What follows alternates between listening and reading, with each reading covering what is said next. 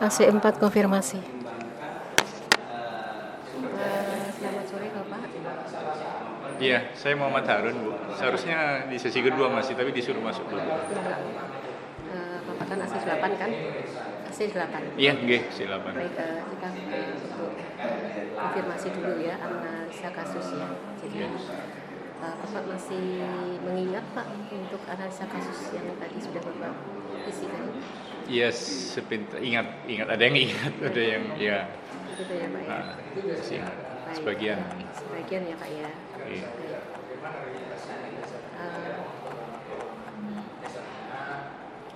Bapak sebagai Direktur Utama PT Petra Persada Bang Wetan ya, dari posisinya. Di sini Bapak memiliki kewajiban untuk menyelesaikan permasalahan yang ada di provinsi Bang Wetan tersebut. Baik, sebagai Direktur ada beberapa hal yang perlu Bapak selesaikan di sini ya. Jadi untuk persoalan pertama di sini saya akan konfirmasi Pak terkait dengan permasalahan utama apa di PT Petra Persada Bang Wetan. Ada 3 tadi ya Bu ya. Yang pertama masalah rekrutmen SDM ya, tidak berurutan ya Bu, maaf ya. Yang cenderung drop-dropan gitu ya, artinya berbau KKN lah kan, seperti itu. Kemudian yang kedua, kondisi anak perusahaan yang tidak seluruhnya berkontribusi terhadap perusahaan induknya kan, seperti itu. Kemudian yang ketiga itu kalau nggak salah laporan hasil audit yang masih belum menunjukkan WTP itu. Ya, kami menangkapnya di situ. Meskipun banyak sebetulnya hal-hal yang bisa Jadi ini ada yang utama Pak ya? Oke. Karena ada 3 ya sebab utama ya di sini. Mungkin Bapak bisa mengarah kepada yang poin selanjutnya adalah dari persoalan permasalahan tersebut bagaimana solusi yang bisa Bapak sampaikan. Iya. Jadi untuk yang rekrutmen ya seharusnya ada prosedur yang jelas terkait dengan mekanisme rekrutmen SDM yang dituangkan dalam sebuah peraturan yang diketahui, disepakati dan disetujui melalui sebuah keputusan puncak lah katakanlah seperti itu, sehingga siap diimplementasikan, sehingga tidak ada praktek-praktek yang seperti itu, sekaligus juga memberikan pemahaman kepada pejabat-pejabat di tingkat provinsi bahwa kalau perusahaan ingin maju maka prosedur ini yang harus kita lakukan. Jadi lebih melihat kepada kompetensi sesuai persyaratan yang diinginkan di dalam proses rekrutmen itu sendiri. Kemudian untuk yang beberapa anak perusahaan masih belum menghasilkan, ya karena ini masih proses pertama, mungkin perlu dilakukan kajian-kajian mendalam, bahkan mempercepat proses barangkali itu memungkinkan. Kenapa 2 anak perusahaan itu masih belum memberikan kontribusi yang positif kan, seperti itu, masih dalam tahap eksplorasi kan, seperti itu, belum menghasilkan tanda kutip uang lah katakanlah untuk perusahaan induknya. Sehingga perlu dicari solusi, entah kajian mendalam, entah kajian apalah yang perlu dilakukan. Mungkin prosedur dalam eksplorasinya ada yang keliru, mungkin itu harus dicari akar masalahnya di mana. Kemudian terkait dengan predikat WTP, ya itu sebetulnya sebuah konsekuensi logis Bu dari proses tadi yang kurang diterapkan lah, seperti rekrutmen dan sebagainya, kekurang profesionalan personel yang ada di dalamnya. Tentu di situ mungkin tidak ada prosedur atau standar pengelolaan keuangan yang jelas mungkin di dalamnya, sehingga pimpinan atau pihak-pihak yang berurusan dengan KAP itu cenderung membelanjakan anggarannya tanpa melihat mungkin prosedur yang firm itu yang seperti apa, sehingga wajar kalau ada temuan-temuan di belakang tadi. Saya kira itu Bu mungkin. Ya. Juga solusi yang Pak sampaikan tadi ya, berdasarkan sampaikan permasalahan tersebut ya.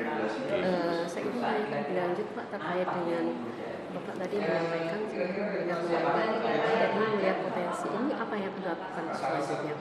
Maksudnya mungkin ada langkah-langkah yang Bapak lakukan untuk Iya. Ya, langkah-langkah yang perlu dilakukan ya tadi sudah saya singgung, yaitu menetapkan peraturan atau kebijakan Bu yang diketahui bersama kan gitu ya, yang sifatnya mengikat untuk semua.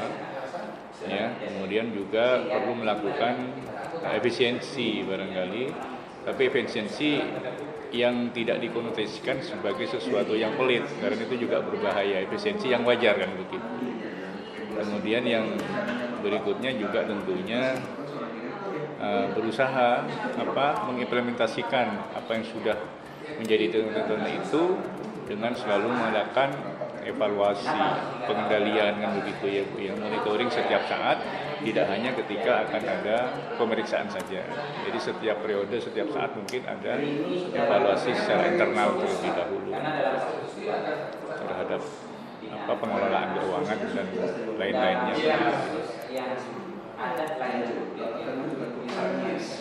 Ini terkait ini Pak ya, untuk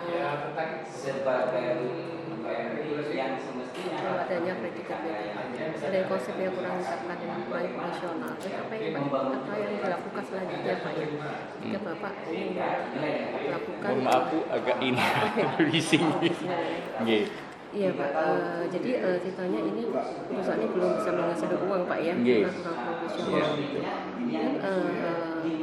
Apa yang akan Bapak lakukan sebenarnya untuk supaya anak perusahaan ini bisa lebih profesional Pak ya? Apa yang Bapak lakukan Pak ya?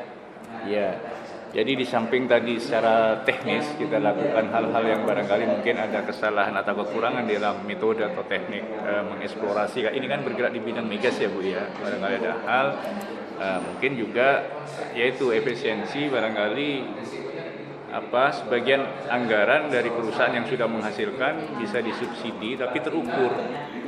Ya, ada program yang jelas sejauh mana kontribusi kucuran dana yang diberikan kepada dua anak perusahaan ini yang masih belum menguntungkan sampai toleransi tertentu, jangka waktu tertentu, dan kemudian dievaluasi hasilnya. Apakah ada progres terhadap suntikan modal itu atau malah semakin menurun kan seperti itu. Kalau ada progres mungkin dipertahankan dan teruskan.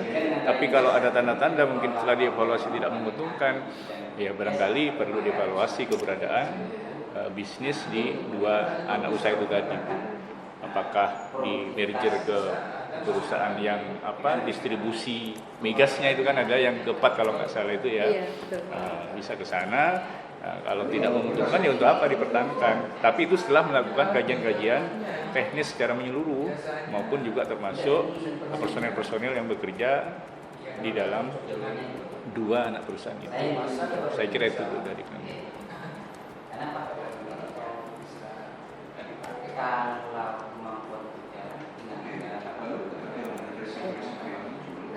Kemudian Pak, ini Pak ya, setelah Bapak memberikan solusi tadi solusi tersebut bagaimana Pak? Solusi yang Bapak berikan ini resikonya seperti apa Pak ya? Kalau ini dijalankan Pak ya, seperti apa, dan agar solusi resiko itu tidak terjadi, apa yang akan Bapak lakukan untuk mengantisipasi? Iya. Jadi resiko itu suatu keniscayaan ya Bu ya, pasti ada lah. Setiap keputusan atau kebijakan yang diambil perusahaan itu pasti akan berpotensi resiko, terutama resiko yang berhubungan dengan personel kan seperti itu ya. Jadi setiap kebijakan yang menyenangkan satu kelompok mungkin potensi risikonya kecil, tapi suatu keputusan ketika ada yang kelompok yang dirugikan mungkin akan berdampak kan seperti itu. Maka kita perlu melakukan transparansi, objektivitas sedemikian rupa sehingga apapun penanganan yang kita lakukan sama-sama dipahami dengan baik, diterimanya baik oleh baik pihak yang terkena dampak dari itu maupun yang tidak, seperti itu. Jadi harus ada keterbukaan, ada transparansi. Kalaupun yang saya usulkan tadi ditutup dua perusahaan itu kan setelah dievaluasi tidak menghasilkan, ya kita sampaikan data-data secara betul, secara benar kan begitu. Ya, jadi tidak ada hal-hal yang ditutupi sehingga menimbulkan kecurigaan-kecurigaan, jangan-jangan ada apa ini kan seperti itu.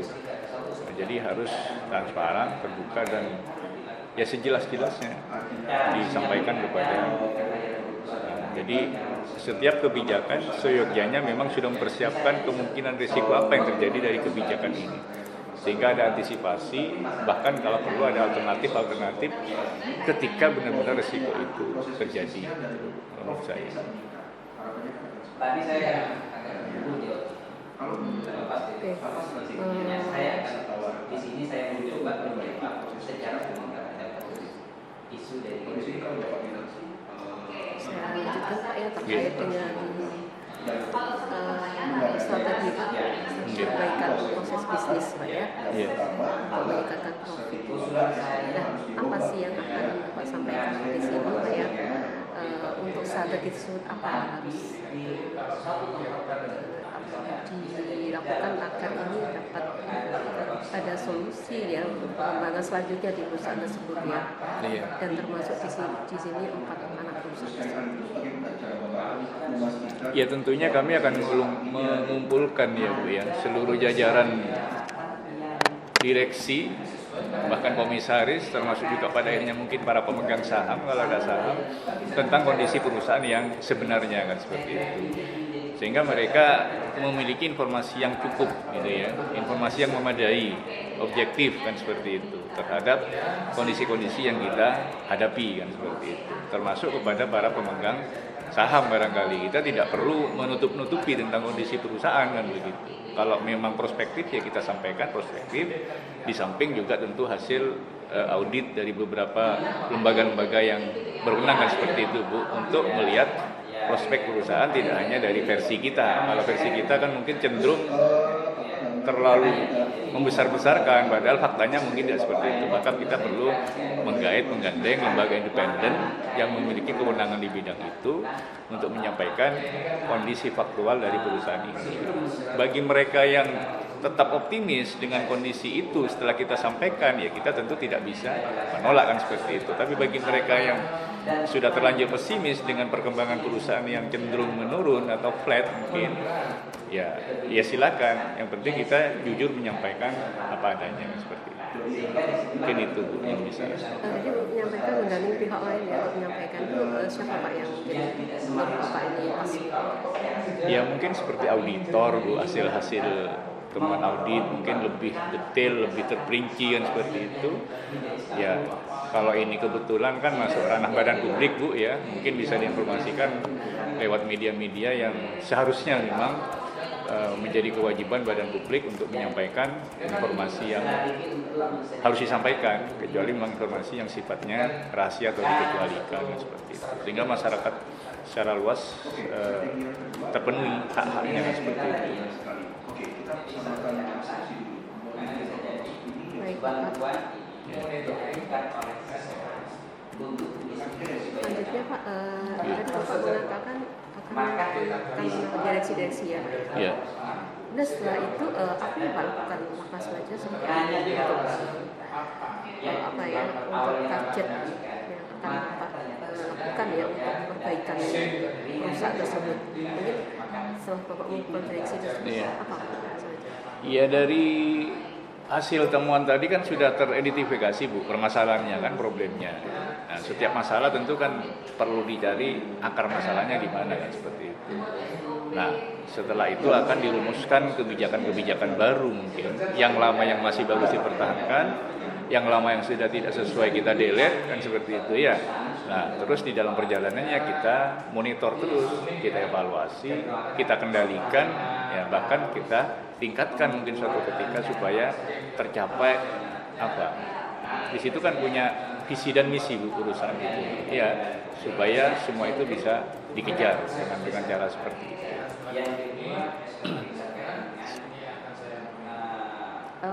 Bisa dijelaskan Pak, menurut konsep Bapak apa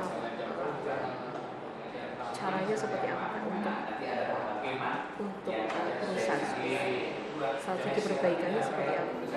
Ya kalau pertama tadi dari sisi rekrutmen ya Bu ya, mungkin kita perlu tahu kebutuhan perusahaan itu seperti apa untuk meningkatkan kinerja perusahaan kan seperti itu. Nah kalau sudah kita tahu konsepnya, maka dilakukanlah rekrutmen secara terbuka, transparan dan sebagainya untuk mendapatkan hasil yang diinginkan kan seperti itu. Mungkin semacam pemberlakuan apa ya Bu, ya mohon maaf, mohon izin saya katakan reward dan punishment Bu, mungkin bisa diterapkan dalam lingkungan kerja untuk memotivasi mereka-mereka yang bekerja baik sehingga semakin tumbuh motivasi dan kinerjanya, otomatis juga bagi mereka yang merasa kurang bisa ditingkatkan supaya terhindar dari punishment seperti tadi. Itu mungkin salah satu langkah yang bisa konkret lah bisa kita lakukan untuk memperbaiki kinerja perusahaan itu. Jadi di sini Bapak menyoroti lebih pada ini ya, kinerja dari pegawai ya Pak ya? Ya salah satunya mungkin Bu ya. Mohon maaf, mohon izin tadi belum sempat memotret keseluruhan. Selain itu apa Pak ya? Ya perbaikan kesejahteraan pegawai mungkin Bu. Itu juga masuk di dalam program kita. Ini terkait strategi perbaikan lah ya, proses bisnis ya Pak? Iya. Itu masuk ya Pak? Masuk mungkin biar dengan harapan kesejahteraan, artinya hak-hak dan pemenuhan kebutuhan dasar karyawan itu terpenuhi gitu. Tidak hanya perusahaan menuntut apa yang harus diberikan oleh karyawan, tapi perusahaan juga harus memberikan apa yang diminta, bonus misalnya seperti itu, dan fasilitas-fasilitas lain yang memang menjadi tuntutan saat ini gitu, untuk memacu kinerja pegawai di lingkungan perusahaan tersebut. Baik, tadi Bapak sempat menyinggung untuk program reward dan punishment Pak. Seperti apa Pak programnya Pak? Ya kalau mohon izin Bu saya jawab ya. Jadi kalau reward mungkin bagi setiap personel atau badan atau sub bagian lah di perusahaan itu yang mampu mencapai target katakanlah minimal atau bahkan melampaui, ya kita beri apresiasi tertentu gitu.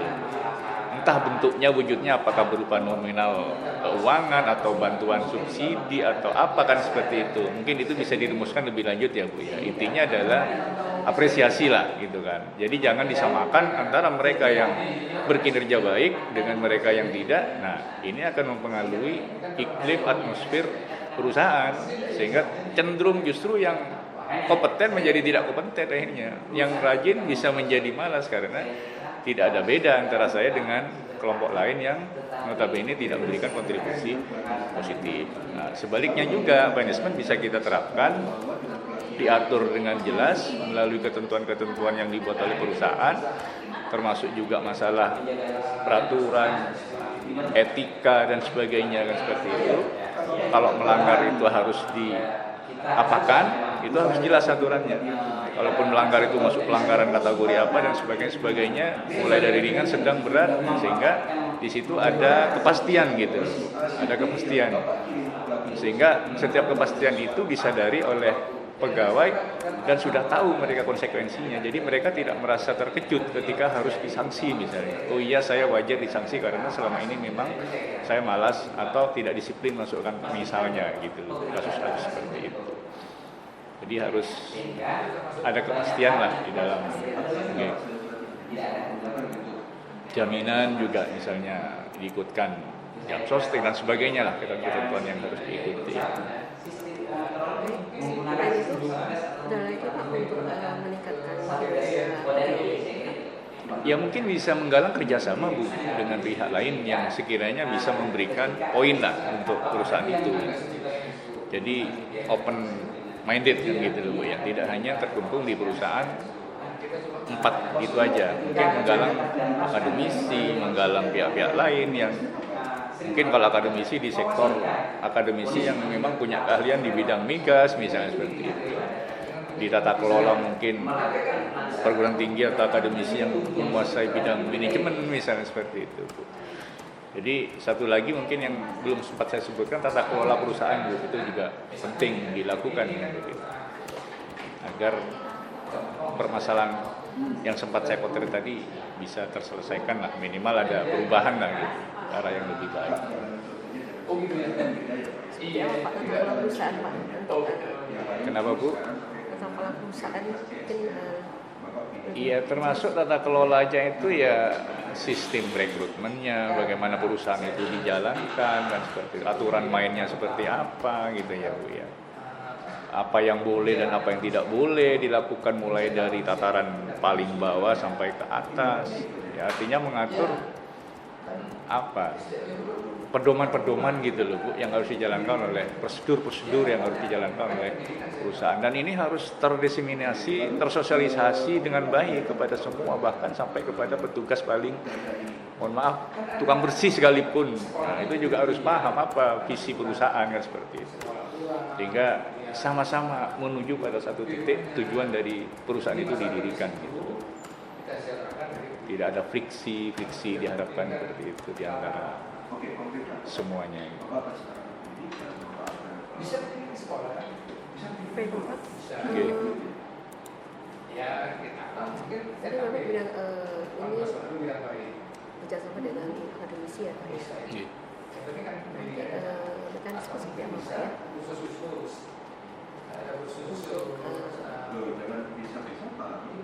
Untuk meningkatkan keterampilan pegawai. Iya. Mekanisme seperti apa? Ya bisa dilakukan workshop Bu, mungkin Bu ya, pelatihan, infos training dan sebagainya gitu ya, tergantung kebutuhan perusahaan gitu ya. Tidak bisa kita mengeneralisir harus ini dan sebagainya. Bahkan mungkin pada segmen-segmen tertentu aja yang lebih spesifik. Oh mungkin di titik ini paling lemah kompetensi teman-teman pegawai, maka ya khusus fokus di situ saja. Kalau memang dihadapkan pada situasi keuangan mungkin prioritas yang mana gitu, sambil terus ini, atau bisa juga dengan MOU kita mungkin kan tidak terlalu banyak mengeluarkan anggaran mungkin ya, daripada di model langsung. Karena sudah ada kerjasama, mungkin kalau akademisi kalau ada MOU ya tidak usah bicara masalah honor yang terlalu seperti yang tidak ada kerjasama kan gitu, karena sudah ada komunikasi, memorandum of understanding lah antara perguruan tinggi dengan itu. Tuh, termasuk juga mungkin ya ada kerjasama alumni dari perguruan tinggi itu bisa terserap di perusahaan itu. Ini kan juga hubungan yang saling menguntungkan gitu loh, timbal balik. Itu bentuk konkret misalnya untuk kerjasama dalam hal akademisi dengan perusahaan ini. Kalau saya gandengkan dengan pertanyaan berikutnya Pak, terkait dengan action plan untuk pengembangan SDM jangka panjang Pak ya. Iya. Ada yang Bapak sampaikan? Ya kan tentu kita harus tahu kondisi existing perusahaan Bu terhadap artinya kondisi existing SDM kita di posisi mana ya. Atau istilah ininya mungkin saya sebut base point-nya gitu loh. Seperti apa kondisi tenaga kerja atau pegawai kita saat ini. Dan ke depan perusahaan ini mau dibawa seperti apa, arahnya kemana. Maka bila perlu nanti ada program-program pelatihan-pelatihan atau bahkan studi lanjut mungkin dari karyawan-karyawannya ini untuk mengantisipasi perkembangan beberapa tahun ke depan sebagai konsekuensi dari pengembangan usaha itu sendiri. Misalnya dikuliahkan di bidang migas kayak atau manajemen atau di akuntansi dan sebagainya. Tentu itu ya kembali lagi kepada kemampuan perusahaan, tapi harus dilaksanakan. Kalau tidak mampu seluruhnya ya sebagian kan seperti itu, secara berjenjang atau bertahap itu mungkin bisa dilakukan. Ada tambahan ini Pak? Saya kira itu Bu mungkin Itu ya, sementara ini yang bisa saya. Mungkin ada tambahan dari saya Pak untuk Yeah. mungkin Pak biar melihat bagaimana perusahaan ke depan mau dibawa kemana Pak ya, sehingga dia mau diberikan pelatihan sesuai dengan kebutuhan itu. Menurut Bapak di perusahaan ini apa yang akan Kenapa Bu? ditingkatkan? Menurut Bapak apa di perusahaan ini yang dikembangkan SDM-nya Pak ya? Oh iya. Ya menurut saya tadi karena saya memotret 3 persoalan utama itu Bu, jadi yang berdekatan atau berhubungan dengan hal-hal yang seperti itu ya. Mungkin perlu studi banding mungkin ke perusahaan-perusahaan. Kalau ini kan BUMD Bu skalanya ya, mungkin ke BUMN yang sebidang dengan itu, bagaimana tata kelolanya, bagaimana mengaturnya dan sebagainya. Termasuk bagaimana sistem mungkin nanti CSR dan seterusnya kan seperti itu. Terus kemudian karyawan di samping tadi saya sebutkan ikut ini bisa dimagangkan mungkin Bu di perusahaan BUMN gitu, sehingga punya pengalaman-pengalaman baru yang nantinya bisa diterapkan di perusahaan daerah seperti itu. Ya, jadi Mungkin itu yang bisa dilakukan salah satunya. Bapak orang-orang yang akan dimagangkan itu kan Pak ya? Iya. Itu berlaku pada siapa atau bagaimana? Ya seperti saya sampaikan tadi, mungkin kita melihat kondisi perusahaan dulu, di bagian mana yang paling urgen gitu loh untuk dibenahi kan seperti itu. Nah, disitulah mungkin titik awal yang harus kita dahulukan, sambil terus melihat perkembangan, evaluasi, dikaji. Oh ternyata setelah ini selesai kok ya muncul masalah baru ya di bagian ini kan gitu. Ya silakan sampai mencapai ideal lah, mendekati ideal lah katakanlah seperti itu. Jadi SDM sudah tidak ada persoalan dari sisi kompetensinya kan seperti itu. Kemudian menurut Bapak ketika dia telah diberikan pendidikan lanjut atau diberikan pemagangan Pak ya di perusahaan lain Pak ya, bagaimana setelah dia mengikuti itu, apakah ada kelanjutan dan sebagainya? Ya, jadi tentu perusahaan harus melihat SDM itu sebagai aset ya Bu ya, bukan sebagai objek kan begitu. Untuk semata-mata kepentingan perusahaan, kalau menguntungkan kita ini, kalau enggak kita buang, tidak. Justru karyawan itu dianggap sebagai aset sehingga kita perlu merawatnya kan seperti itu. Termasuk mungkin nanti setelah selesai dari studi lanjut atau magang, tentu dia kan memiliki pengetahuan baru, tambahan pengetahuan, keterampilan, skill dan sebagainya. Ini harus diapresiasi gitu kan. Jadi setiap progres, setiap peningkatan kapasitas, kompetensi, tentu akan ada grade-grade nanti di dalam perusahaan itu yang tidak sama dengan mereka yang memiliki kemampuan standar misalnya. Jadi tetap harus memberikan, di samping segala sesuatunya untuk kepentingan ya studi atau magang itu difasilitasi seluruhnya oleh perusahaan. Artinya pegawai itu tidak memberatkan ke kalau dia memiliki pengetahuan baru ketika dia kembali ke dunia bekerja, bagaimana kalau tahu dia ada kemampuan? Ya kita perlu melakukan kalau saya sebut istilahnya ya tes lah Bu. Mungkin ada pre-test dan post-test lah kalau kita di workshop kan seperti itu ya. Kemampuan awalnya apa, yang sejauh mana, tentu ini bisa kita ketahui dari hubungan kerjasama antara perusahaan yang mengirim dengan perusahaan yang menerima kan gitu ya. Jadi bagaimana hasil setelah mengikuti itu, kemampuan apa yang sudah dicapai, di situ tentu kan ada penilaian-penilaian yang diberikan oleh yang menerima dia di perusahaan sebagai tempat untuk magang kan seperti itu, dinilai, dievaluasi. Iya. Baik Pak, saya lanjutkan Pak. Rencana tidak lanjut Pak ya, action plan dari program yang harus Bapak lakukan di sini. Pertama Pak, melakukan penguatan SDM.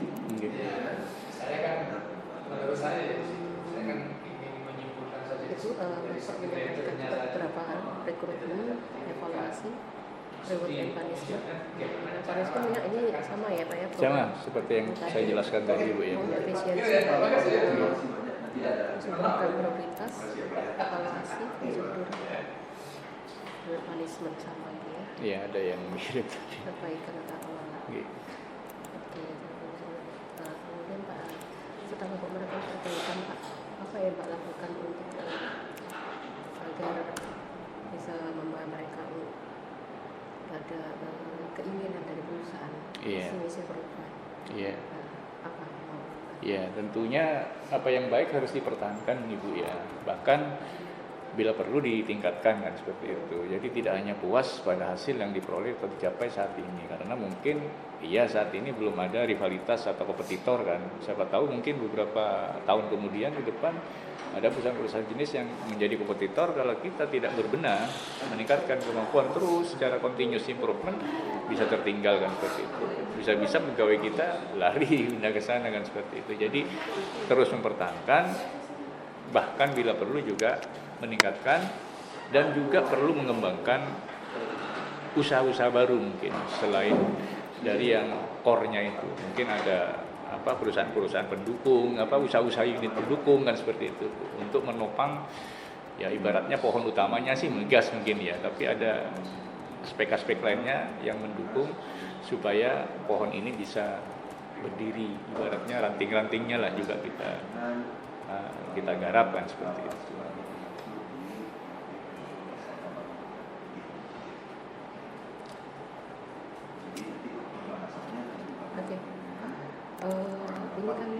Bapak tadi perbaikan, tadi Pak saya sebutkan, saya ingin mempertegas lagi Pak ya, ketika sudah melakukan action plan tadi Pak ya, agar ini para tim Bapak ini bisa membawa pada bawa untuk sesuai dengan perusahaan baru yang Bapak inginkan. Apa yang Bapak lakukan untuk percepat?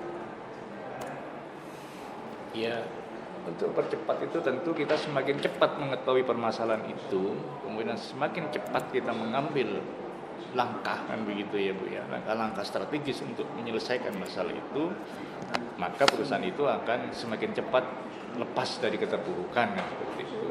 Nah, mungkin secara detailnya nanti bisa dirumuskan mungkin di program, melalui program-programnya, kan gitu, di breakdown kembali apakah program ini masih relevan untuk dilaksanakan saat ini atau sudah usang atau bahkan mungkin tidak perlu, kan seperti itu, diganti dengan inovasi-inovasi baru mungkin untuk bisa mempercepat perusahaan itu terus berkembang dan berkontribusi ke daerah, kan seperti itu. Melakukan percepatan lah dengan gerak cepat, tentunya harus didukung dengan SDM yang kompeten, yang profesional itu di bidangnya.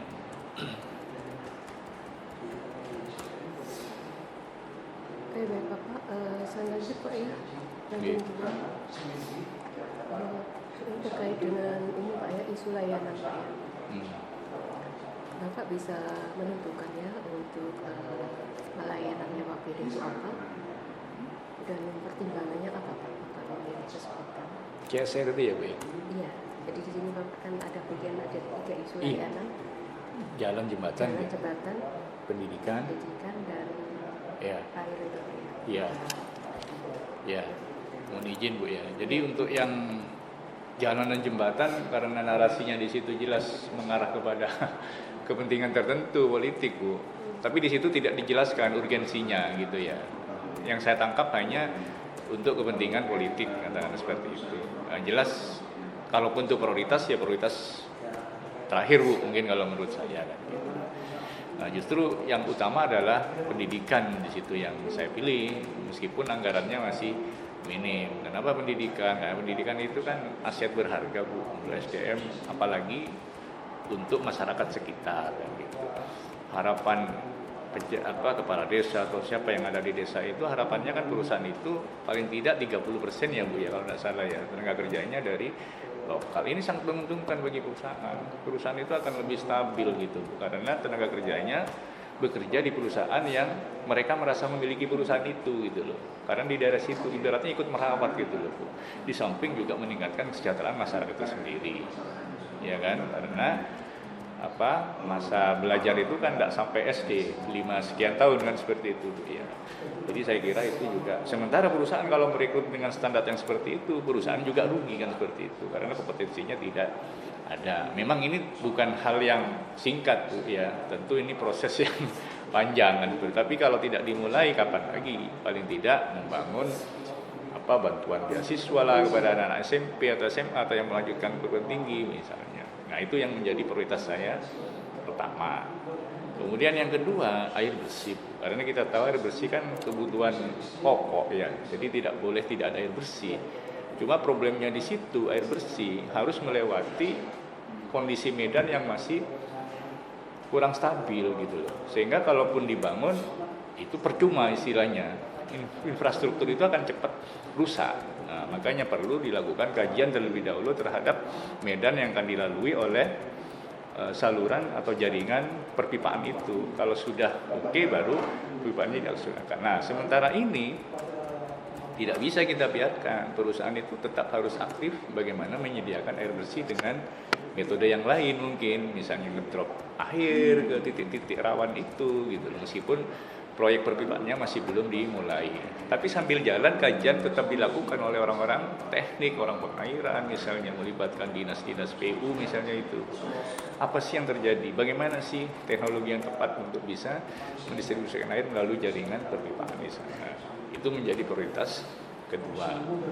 Nah kemudian baru yang ketiga, tapi yang ketiga itu pun kita perlu kajian.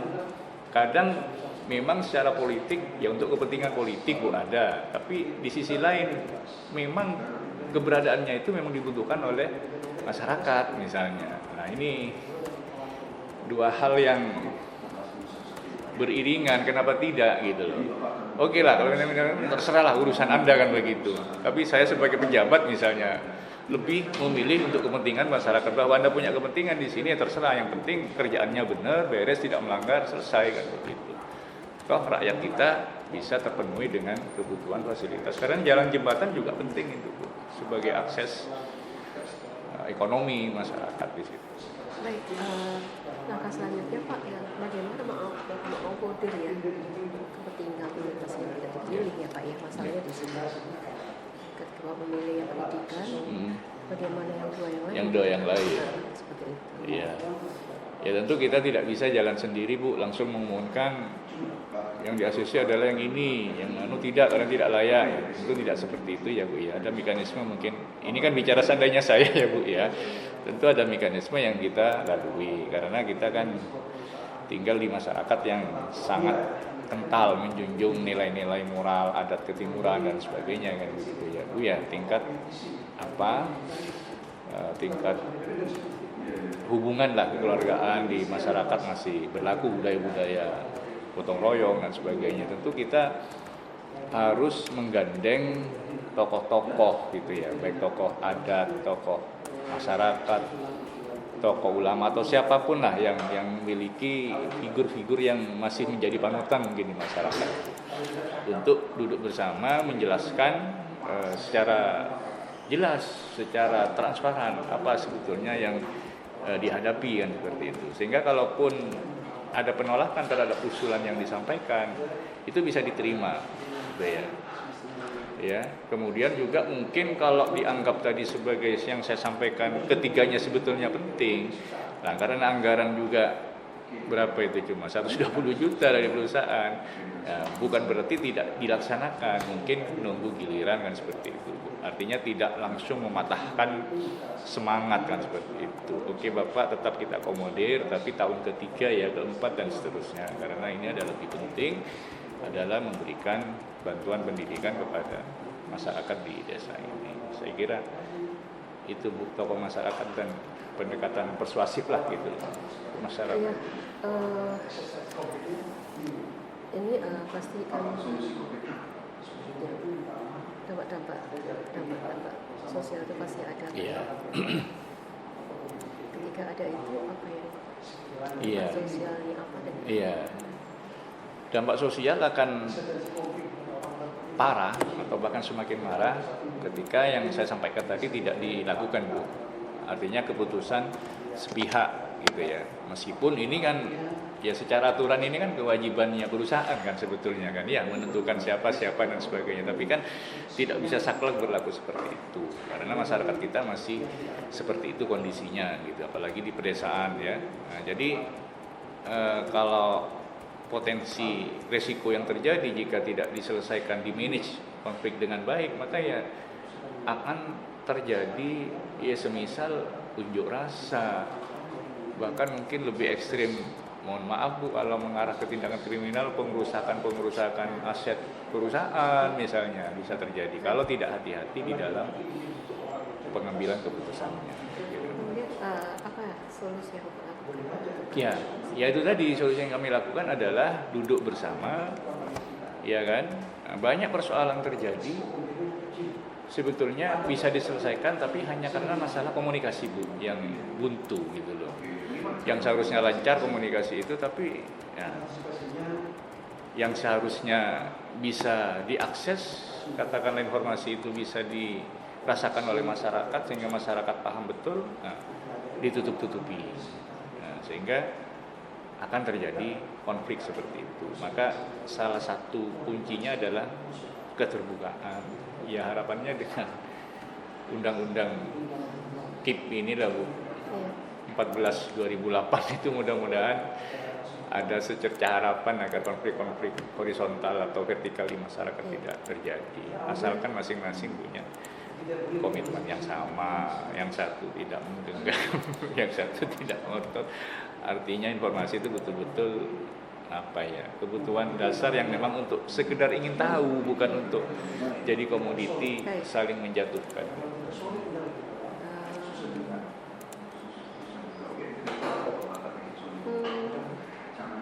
Baik Bapak, selanjutnya bagian terakhir Pak ya, di sini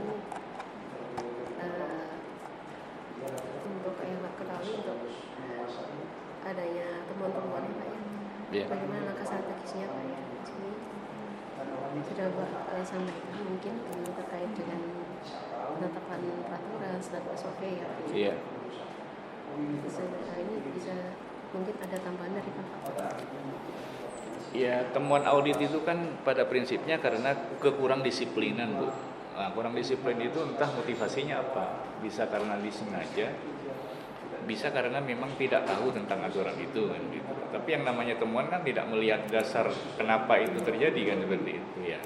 Jadi ya satu-satunya cara ya yaitu susunlah standar SOP atau manajemen mutunya dijalankan di situ dengan baik, tersosialisasi dengan baik seperti itu.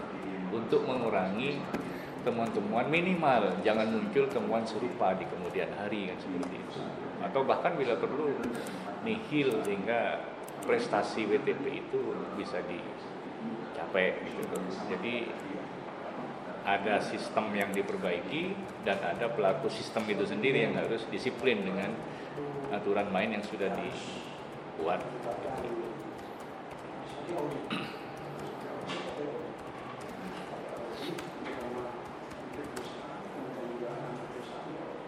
Kemudian Pak, usulan ya, COC-nya Pak ya, ditata jenis sanksi dan pelanggaran di UC sesuai dengan tingkat pelanggaran yang dilakukan, mulai dari sanksi ringan, sedang, dan berat. Ini bisa dijelaskan Pak ya? Mungkin Bapak punya konsep sanksi ringan, sedang, dan berat. Karena di COC ya istilahnya gitu ya. Ya tidak dijelaskan, hanya lebih kepada ini tidak boleh, ini tidak boleh. Nah, tidak bolehnya itu konsekuensinya apa kalau dilanggar gitu loh. Itu kan juga menjadi pertanyaan yang harus dijawab, diketahui oleh segenap pegawai, mulai dari atas sampai ke bawah mungkin ya. Sehingga dengan demikian mereka akan hati-hati Bu dan waspada gitu. Oh iya, saya kalau melanggar ini maka akan seperti ini, seperti itu. Ya. Jadi standar yang sudah ada itu sebetulnya sudah lumayan bagus, tapi tetap harus lebih rinci lagi. Entah nanti ada turunan peraturan dari itu atau bagaimana bentuknya. Yang penting setiap karyawan itu harus tahu hak-hak dan kewajibannya bekerja di dalam perusahaan itu. Gitu. Jadi jangan sampai kosong melompong masuk perusahaan, bekerja rutinitas tanpa arah, menerima gaji selesai tidak Bu. Tapi karyawan juga harus tanggung jawab bagaimana memajukan perusahaannya kan gitu. Jadi harus disiplin dan mengikuti aturan main lah dan dipahami dengan baik. Kemudian ya, usul pemilihan jabatan pegawai sesuai dengan prestasi kinerja serta menerima punishment. Dengan supaya setiap pegawai dapat menjadi kehidupan perusahaan. Oke, ada tambahan Pak di sini? Ya sementara itulah mungkin Bu yang bisa saya sampaikan dulu. Tapi saya mungkin ada kesempatan gitu ya, bisa masih menjabarkan lagi mungkin lebih luas lah kan gitu. Saya senang Bu terus terang di bidang-bidang yang pengembangan kan seperti itu. Mohon maaf, mohon izin saya background memang di akademisi Bu gitu. Senang bikin konsep-konsep dan dilaksanakan gitu, direncanakan, dievaluasi, dimonitoring dan ditingkatkan gitu. Oke. Ya. Ini bisa dijelaskan sedikit Pak untuk reward punishment mungkin ya Pak ya? Iya, ini sama dengan tadi Pak ya? Iya, kurang lebih sama. Ya? Baik, Bapak saya kira itu cukup. Terima kasih dan sepenuhnya nanti untuk sesi berikutnya. Sudah ini Bu ya? Sudah Bapak. Ya. Terima kasih Bu. Ya, sama-sama. Assalamualaikum. Waalaikumsalam warahmatullahi wabarakatuh. Selesai sudah konfirmasi AC 8.